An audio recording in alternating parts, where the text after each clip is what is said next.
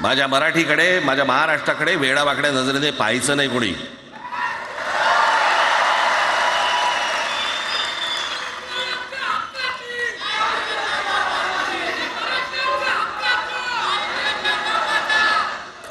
ठरलं ना आपलं, सगळ्यात शेवटी द्यायच्या घोषणा. बसा, शांत बसा.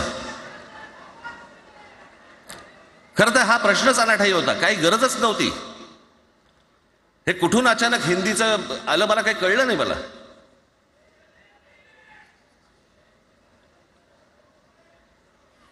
आणि हिंदी कशासाठी? हिंदी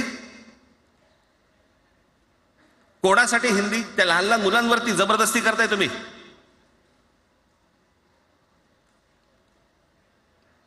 कोणाला विचारायचं नाही, शिक्षण तज्ञांना काही विचारायचं नाही, कोणाला काही विचारायचं नाही. बस आमची सत्ता आहे, आमच्याकडे बहुमत आहे, आम्ही लादणार.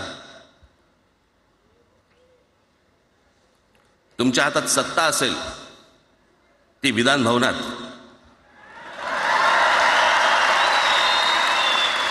आमच्याकडे सत्ता आहे रस्त्यावर.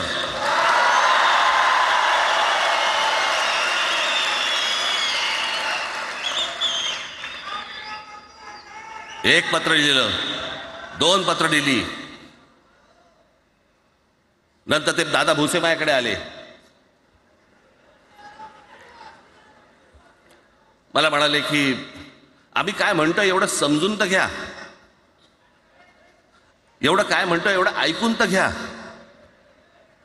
म्हटलं दादा तुम्हाला एक गोष्ट सांगतो, तुम्ही काय सांगता ते ऐकून घेईन पण ऐकणार नाही.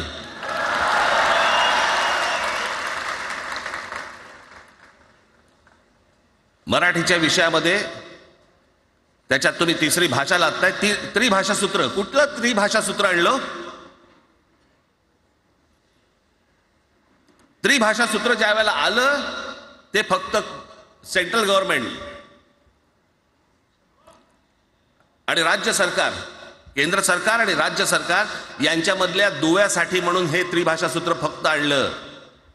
आज कोर्टातही नाही, तुम्ही हायकोर्टात जा, सुप्रीम कोर्टात जा, इंग्रजीमध्ये सगळ्या गोष्टी होतात. कुठे आहे त्रिभाषा सूत्र? मग मला सांगायला लागले म्हणे केंद्रीय शिक्षण धोरणामध्ये, त्या धोरणातही नाही राह, केंद्राच्या शिक्षण धोरणात,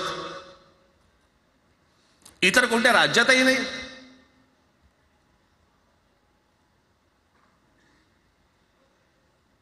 महाराष्ट्रात प्रयोग करून पाहिला तरी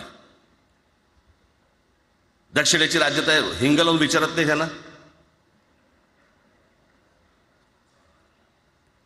पण महाराष्ट्र ज्या वेळेला पेटून उठतो त्यावेळेला काय घडतं आणि काय होतं हे आज राज्यकर्त्यांना समजलं असेल. त्याशिवाय का